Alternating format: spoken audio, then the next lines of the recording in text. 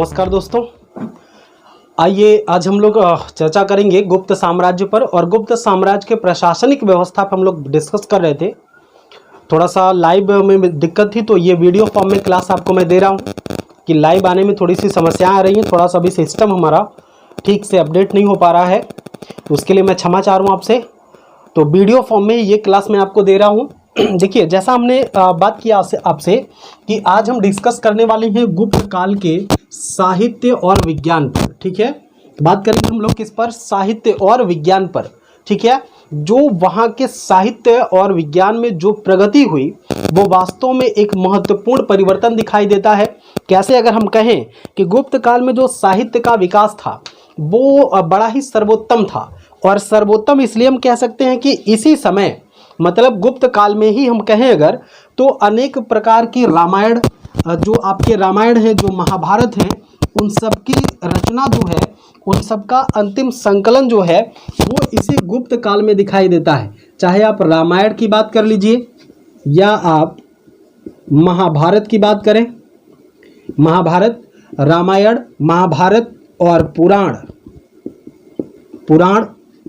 और जो अगर धर्मशास्त्रों की भी हम बात कर लें, जो धर्मशास्त्र हमारे, या इसी को आप स्मृति ग्रंथ कहते हैं। ठीक है, इसी को क्या बोलते हैं? स्मृति ग्रंथ। तो इसी गुप्त काल में अनेक प्रकार के साहित्यों का संकलन किया गया। अनेक प्रकार के रामायण महाभारत का अंतिम संकलन की अगर बात की जाए तो रामायण और महाभारत का अंतिम संकलन कहाँ पे हुआ? तो वो गुप्त काल में है। तो अगर गुप्त काल में हम ये देखें कि इस तरीके से एक महत्वपूर्ण जितने भी हमारे धार्मिक ग्रंथ हैं वो कहाँ पे? गुप्त काल में लिखे जा रहे हैं, उनका संकलन किया जा रहा है, तो वास्तव में ये बड़ा ही महत्वपूर्ण है। और ये आप समझिएगा कि ये जो गुप्त काल के एक शासक के बारे में हमने आपसे चर्चा किया था, चंद्रगुप्त द्वितीय विक्रमादित्य, आपको नाम याद होगा, चंद्रगुप्त द्वितीय विक्रमादित्य पर हमने चर्चा किया था। चंद्रगुप्त सेकंड। और यही पे हमने कहा था कि चंद्रगुप्त के जो उज्जैनी का दरबार था वहाँ पे 9 रत्न रहते थे, मतलब 9 विद्वानों की एक मंडली रहती थी जिसको नवरत्न कहते हैं। और इसी में एक सर्वश्रेष्ठ विद्वान थे जिसका नाम बताया गया था आपको, कालिदास। ठीक है, तो कालिदास जैसे विद्वान, कालिदास जैसे पुरोधा अगर जिस कालखंड में जन्म लेंगे तो वो पूरा कालखंड ही नहीं बल्कि पूरा का पूरा जो एंशिएंट का पूरा काल है उसे ही हम कह लेंगे कि साहित्य के दृष्टिकोण से बड़ा ही उत्तम स्थान, बड़ा ही महत्वपूर्ण और सर्वश्रेष्ठ स्थान रखता है। तो आइए अगर हम कुछ साहित्यकारों की बात करें, कुछ विद्वानों की बात करें, तो जैसा हमने बताया आपको कि कालिदास के बारे में, कालिदास ना सिर्फ नवरत्नों में श्रेष्ठ थे बल्कि कालिदास ना सिर्फ नवरत्नों में श्रेष्ठ थे बल्कि ये जो थे ये तत्कालीन प्राचीन भारतीय इतिहास के सर्वश्रेष्ठ साहित्यकार माने जाते हैं। इसीलिए कहा जाता है इनको भारत का शेक्सपियर। क्या कहते हैं इनको? भारत का शेक्सपियर कहते हैं। और कालिदास की रचनाओं के बारे में अगर हम डिस्कस करें तो कालिदास ने कुल 3 तरह की रचनाएं करी हैं, कुल 3 तरह के ग्रंथ इन्होंने लिखे हैं। एक तो हम कहते हैं कि नाटक, कालिदास ने क्या लिखा? नाटक। दूसरा क्या बोलते हैं इसको? महाकाव्य, महाकाव्य। और तीसरा कहते हैं गीति काव्य। क्या बोले इसको? गीति काव्य, या इसी को आप खंड काव्य भी कहते हैं। इसी को क्या बोलते हैं? खंड काव्य बोलते हैं। तो जो कालिदास थे, कालिदास ने एक तो नाटक लिखे, दूसरे महाकाव्य लिखे और तीसरे गीति काव्य अथवा क्या लिखा? खंड काव्य लिखा। इसमें देखें अगर कि कालिदास की कुल 7 रचनाएं थीं। कालिदास के कुल कितने ग्रंथ मिलते हैं? तो 7 ग्रंथ मिलते हैं। उन 7 ग्रंथों में अगर हम देखें तो जो इनके नाटक हैं, नाटकों का नाम अगर आप देखें तो एक नाटक है मालविकाग्निमित्रम, मालविकाग्निमित्रम, ये कालिदास का नाटक है। और इस नाटक में क्या किया गया है कि मालविका और अग्निमित्र के प्रेम संबंधों का वर्णन किया गया है। ठीक है, मालविका और अग्निमित्र के प्रेम संबंधों का वर्णन कहाँ पे किया गया बाबू? तो वो आप बोलेंगे मालविका अग्निमित्रम में। दूसरा है अभिज्ञान शाकुंतलम, अभिज्ञान शाकुंतलम।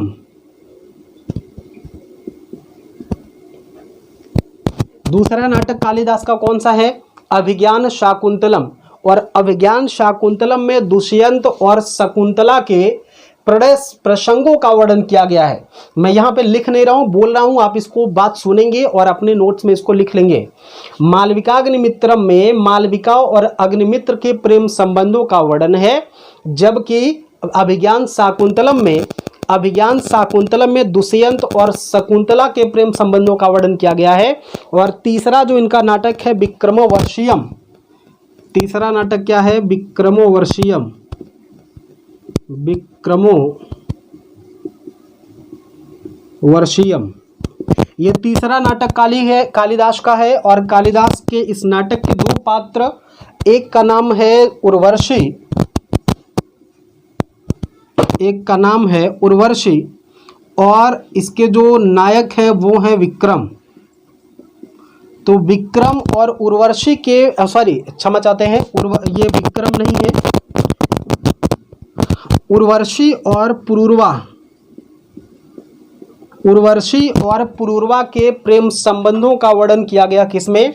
विक्रमोर्वशीयम में। ठीक है, तो तीन नाटक की बात हमने आज आपसे की है कालिदास के, कि कालिदास को भारत का शेक्सपियर कहा जाता है। और कालिदास ने तीन शैली में अपने काव्य को परिणति दिया है, एक तो नाटक, दूसरा महाकाव्य और तीसरा गीति काव्य। नाटक में आपको बताया गया मालविकाग्निमित्रम, अभिज्ञान शाकुंतलम और विक्रमोर्वशीयम। मालविकाग्निमित्रम में मालविका और अग्निमित्र के प्रेम संबंधों का उल्लेख है।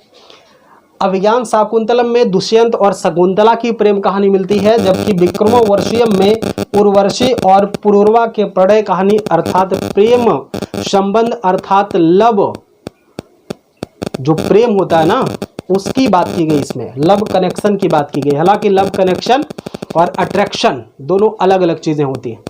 जो आपको लगता है कि आप प्रेम कर रहे हैं ना, वो प्रेम नहीं बाबू, वो अट्रैक्शन है। प्रेम तो माँ बाप के सिवा कोई कर ही नहीं सकता है ना। और पसीने पे ना जाइएगा, पसीने पे कतई ना जाइएगा कि मैं कितना पसीना में भीगा हूँ। जो पानी में नहाते हैं ना वो लिबास बदलते हैं, जो पानी में नहाते हैं, जो पानी से नहाते हैं वो लिबास बदलते हैं, और जो पसीने से नहाते हैं वो इतिहास बदलते हैं।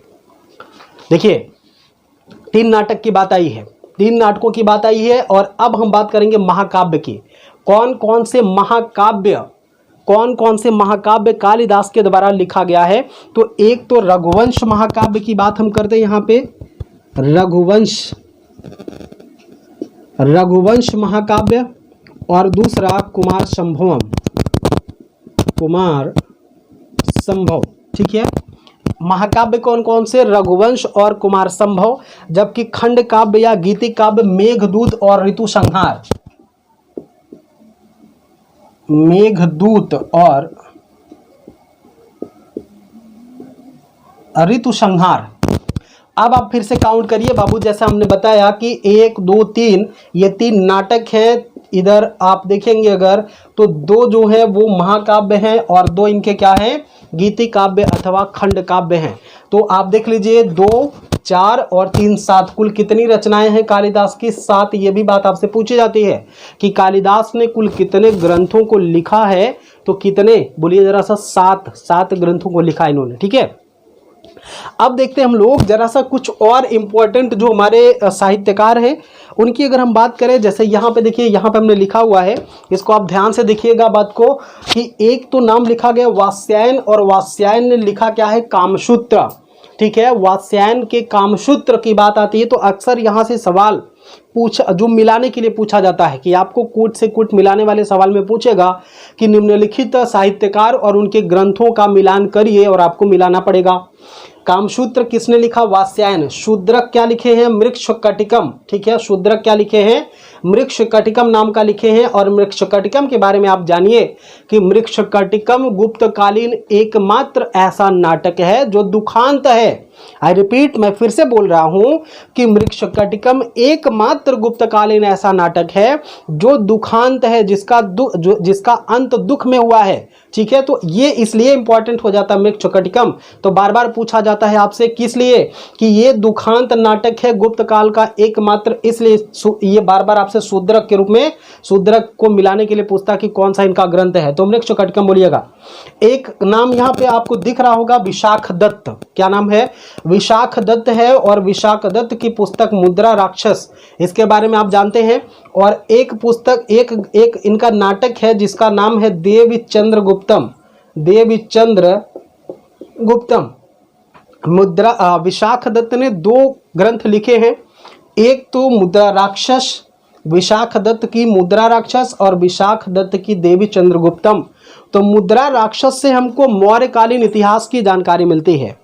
मुद्रा राक्षस से हमें मौर्यकालीन इतिहास की जानकारी मिलती है, जबकि देवीचंद्र गुप्तम की बात करें तो इसमें गुप्त शासक रामगुप्त के बारे में बात की गई है, जो चंद्रगुप्त विक्रमादित्य का बड़ा भाई था। इसकी पूरी कहानी पिछले वीडियो में आपको मिल जाएगी, उसको आप जरूर देख लीजिएगा। प्लेलिस्ट में जाइए, और प्लेलिस्ट में जाकर के एंशिएंट हिस्ट्री का जो लेक्चर है, तमाम वीडियो हैं एंशिएंट के, वहां पे आप देख लीजिए। ये वीडियो उपलब्ध है देवीचंद्र गुप्तम का, ठीक है। रामगुप्त की पूरी कहानी वहां पे हमने सुनाई है। अगला है पंचतंत्र का जो लेखक है वो है विष्णु शर्मा, ठीक है। विष्णु शर्मा ने एक ग्रंथ लिखा जिसे हम कहते हैं पंचतंत्र। तो पंचतंत्र में बहुत सारी कहानियां हैं। पंचतंत्र में क्या है? बहुत सारी कहानियां हैं, और ये कहानियां जो है राजा अमरकीर्ति, नाम सुन लीजिए, राजा अमरकीर्ति के पास 3 बेटे थे, और तीनों निहायत ही मूर्ख थे। उन्हीं 3 पुत्रों को शिक्षित करने के लिए, चतुर बनाने के लिए, चालाक बनाने के लिए विष्णु शर्मा ने पंचतंत्र नाम के ग्रंथ लिखे। इसमें कहानियों के माध्यम से शिक्षा दी गई है। कौआ और ईंट वाली कहानी बहुत सुने होंगे, इस तरह की बहुत कहानियां इसमें है पंचतंत्र में। कभी मौका मिलेगा तो बता देंगे, इन कहानियों के बारे में भी आपको कुछ कहानी सुना भी देंगे, ठीक है। आगे अगर हम देखें कि पंचतंत्र की बात हो गई, जो मूर्ख पुत्रों के बारे में बताया गया है कि जो अमरकीर्ति के मूर्ख पुत्र हैं उनको चालाक बनाने के लिए उसको रचित किया गया है। अगला ग्रंथ है अमर सिंह का, जिसको आप अमरकोश कहते हैं। अमर सिंह ने एक ग्रंथ लिखा अमरकोश, और इस अमरकोश में आप जानिए इसके बारे में कि इसमें पहली बार, इस अमरकोश में पहली बार ऐसा हुआ कि हिंदी और संस्कृत के शब्दों को लिखा गया है, मतलब एक डिक्शनरी बनाई गई है। पहली बार शब्दों को इकट्ठा रखने का प्रयास किया गया। कहाँ पे? इसी अमरकोश में, अमर सिंह के द्वारा, इसलिए यह भी इंपॉर्टेंट हो जाता है। कामंदक एक है, कामंदक ने एक पुस्तक लिखी नीति सार, नीति शास्त्र नहीं, ठीक है, नीति शास्त्र की बात नहीं कर रहे हैं, नीति सार की बात कर रहे हैं। कैसी बात कर रहे हैं? नीति सार की बात कर रहे हैं बाबू। तो नीति सार किसने लिखा? कामंदक ने लिखा। ये बात भी आपको ध्यान में रहनी चाहिए। आगे कुछ और अगर हम देखें अगर, तो आइए जरा सा कुछ और विद्वानों की बात करें। जैसे अभी इसमें आप देखेंगे, स्क्रीनशॉट लेना हो तो आप ले लीजिए, मैं थोड़ा सा हट जा रहा हूं। तो अभी तो इस पे हमें चर्चा करनी है। दंडी पे, भास, भारवी, है ना, वत्स ये जो वत्स भट्टी हैं, वराहमिहिर, इन सब पे चर्चा करनी है। स्क्रीनशॉट ले लीजिए, फिर आगे बढ़ते हैं। आइए, एक नाम आप सुने होंगे दंडी का, दंडी, महाकवि दंडी। तो महाकवि दंडी से भी पूछा जाता है कि दंडी ने कौन कौन से पुस्तक लिखे, कौन कौन से ग्रंथ लिखे हैं। तो दंडी के बारे में आप जानिए कि काव्य दर्श और 10 कुमार चरितम, 10 कुमार चरितम, और एक इनकी पुस्तक है काव्य दर्श। ये 2 ग्रंथ इन्होंने लिखे हैं। अब आप ये समझिएगा कि दंडी से 10 कुमार चरितम, ठीक है, दंडी से 10, ऐसे आप जोड़ लीजिएगा, दंडी से 10 काव्य चरितम, ठीक है। तो दंडी ने कौन सी पुस्तक लिखी है? तो 10 कुमार चरितम। इनकी एक और पुस्तक है जिसे हम कहते हैं काव्य दर्श। एक नाम आप सुने होंगे भारवी, भारवी, एक नाम आप सुने होंगे भारवी। तो भारवी से भी सवाल पूछे जाते हैं कि भारवी ने क्या लिखा है। तो भारवी ने लिखा है किरातार्जुनियम, किरातार्जुनियम। किरातार्जुनियम किसने लिखा है? तो भारवी ने। भारवी के द्वारा जो ग्रंथ लिखा गया है वो लिखा गया किरातार्जुनियम। और एक और आप नाम सुने होंगे वत्स भट्टी, वत्स भट्टी। वत्स भट्ट की पुस्तक का नाम है रावण वध। रावण वध इन्होंने लिखा है। ठीक है, तो इस तरह से हमने आपको बताया कि कैसे गुप्त काल और गुप्तोत्तर काल में कला और साहित्य के दृष्टिकोण से बड़े ही महत्वपूर्ण पुस्तकों का, ग्रंथों की रचना की गई, उनका संकलन किया गया है, जो आपके एग्जाम में बहुत बार बार पूछा जाता है। इसलिए आप इस जितनी भी चीजें हमने बताई है, इसे अगर आप रट डालते हैं तो कभी आप सिलेक्शन से दूर नहीं होंगे। देखिए, मेरा वादा और इरादा दोनों यही है कि जीएस को लेकर के मैं आपका इतना प्रिपरेशन करवा दूं, इतनी तैयारी करवा दूं कि जब भी आप जीएस सॉल्व करने बैठिए तो आप में एक अलग कॉन्फिडेंस हो, और आपको मैं एक अच्छे पद पर देखना चाहता हूं, एक प्रतिष्ठित पद पर देखना चाह रहा हूं। ये मेरा और मेरे चैनल का जो मोटिव है, इसको मैं सफल करने का प्रयास कर रहा हूं, जिसमें आपका योगदान सराहनीय है। ठीक है, तो यहाँ पे इनकी चर्चा हो गई। आगे हम अगर देखें, एक नाम आता है बाणभट्ट का। बाणभट्ट का नाम आप सुने होंगे। बाणभट्ट, तो बाणभट्ट ने हर्षचरित और कादंबरी लिखा है। हर्षचरित और कादंबरी, दो किताबें इनकी। बाणभट्ट की बहुत ही महत्वपूर्ण है, बार बार पूछा जाता है कि हर्षचरित किसकी पुस्तक है, ठीक है, और कादंबरी किसकी पुस्तक है। इसी के साथ साथ देखें, अगर राजा हर्ष, जो राजा हर्ष थे, आगे अभी हम चर्चा करेंगे, गुप्तोत्तर काल के शासक हैं ये राजा हर्षवर्धन। तो राजा हर्ष ने भी 3 नाटक लिखे हैं। 3 नाटक कौन कौन से? नागानंद, रत्नावली, प्रियदर्शिका। 3 नाटक लिखे, कौन कौन से? नागानंद, रत्नावली और प्रियदर्शिका। ये आप देखेंगे अभी जब वर्धन वंश हम पढ़ाएंगे आपको, तो इस राजा हर्षवर्धन आएंगे उसमें। तो राजा हर्ष ने 3 नाटक लिखे, कौन कौन से? नागानंद, रत्नावली और प्रियदर्शिका। ठीक है, ये 3 नाटक लिखे किसने? राजा, बोलिए किसने? राजा हर्ष ने लिखे हैं। ठीक है, आगे अगर देखें तो एक विद्वान का नाम आता है सिद्धसेन। एक विद्वान है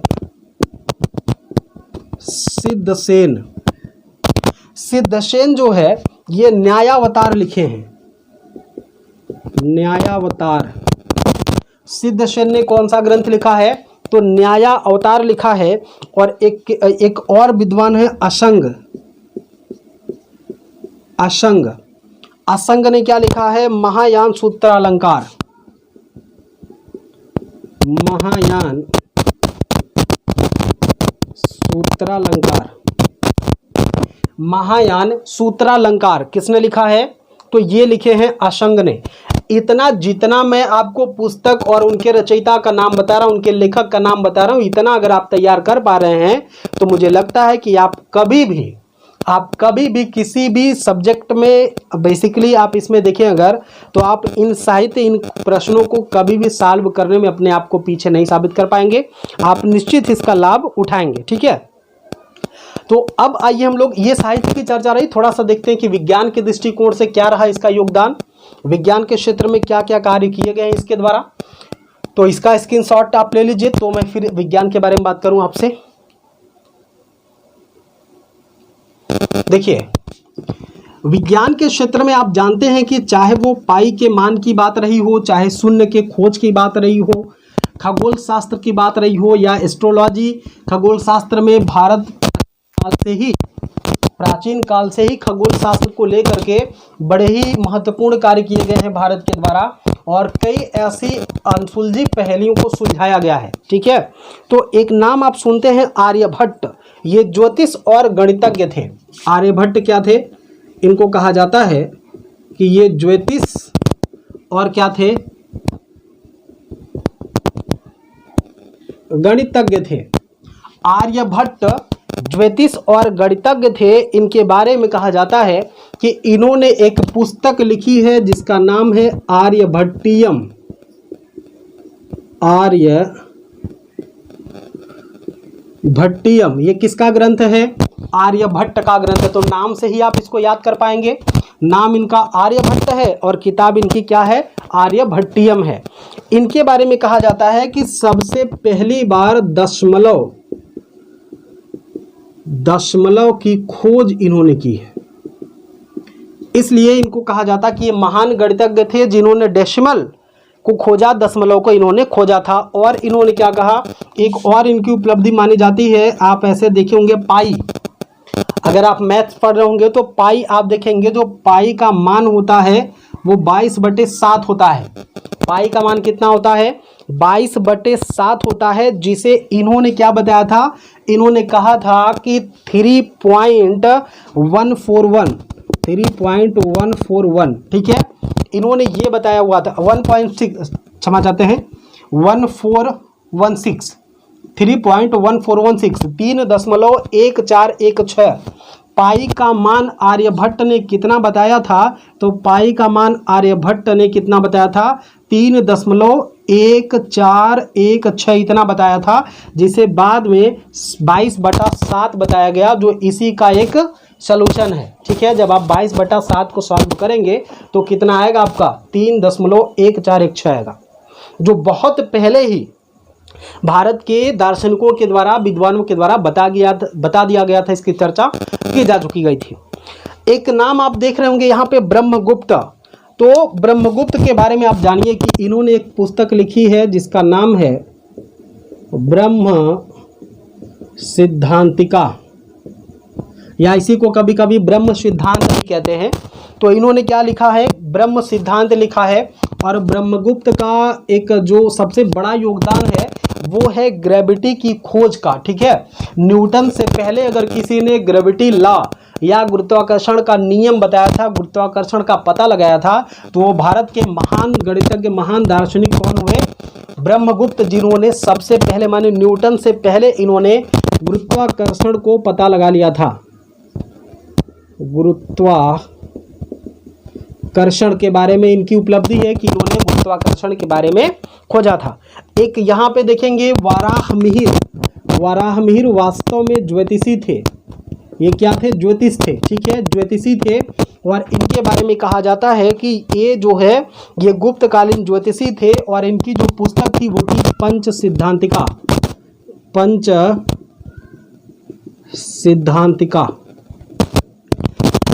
सिद्धांतिका नामक ग्रंथ किसने लिखा, वराहमिहिर ने लिखा है।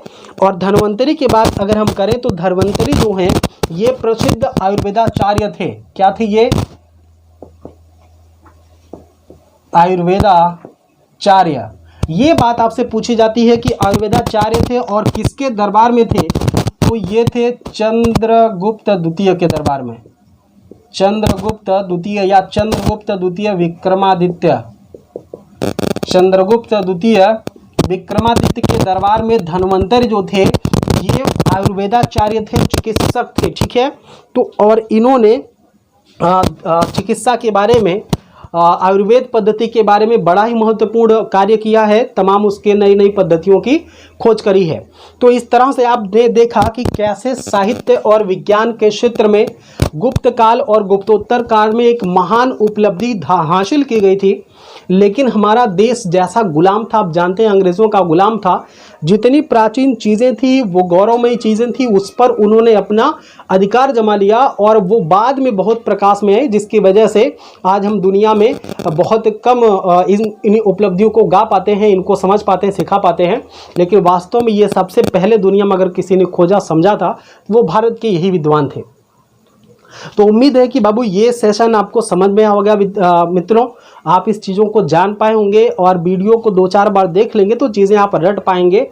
और रटना ही एकमात्र सलूशन है। देखिए, जो फैक्चुअल हैं उसको आपको रटना, जहाँ कॉन्सेप्ट की बात आएगी, जहाँ आपको कॉन्सेप्ट समझाना होगा वहाँ कॉन्सेप्ट भी बताया जाएगा, जहाँ पे आपको सिर्फ फैक्ट रटना होगा वहाँ पे फैक्ट रटाया जाएगा। ठीक है, तो आप इसको देखिए, इसको समझिए, इसको याद करिए। तो यहाँ से हमारी आपकी यात्रा जो एंशिएंट की है वो समाप्त नहीं हो रही है भाई। अभी हमको एक टॉपिक और पढ़ना है, वो कौन सा है, जिसे आप गुप्तोत्तर काल कहते हैं, हर्षवर्धन काल कहेंगे। ठीक है, तो हर्षवर्धन काल का एक अलग से वीडियो आपको मिल जाएगा और उसके बाद हम लोग मध्यकाल में, पूर्व मध्यकाल में प्रवेश करेंगे। ठीक है, बने रहिए। आप लोग बहुत ही सपोर्ट कर रहे हैं, हमें बहुत ही ज़्यादा प्रमोट कर रहे हैं, इसके लिए आपका दिल से शुक्रिया है। लाइक शेयर सब्सक्राइब के साथ बने रहिए कुमार कौशल क्लासेस के साथ। नमस्कार।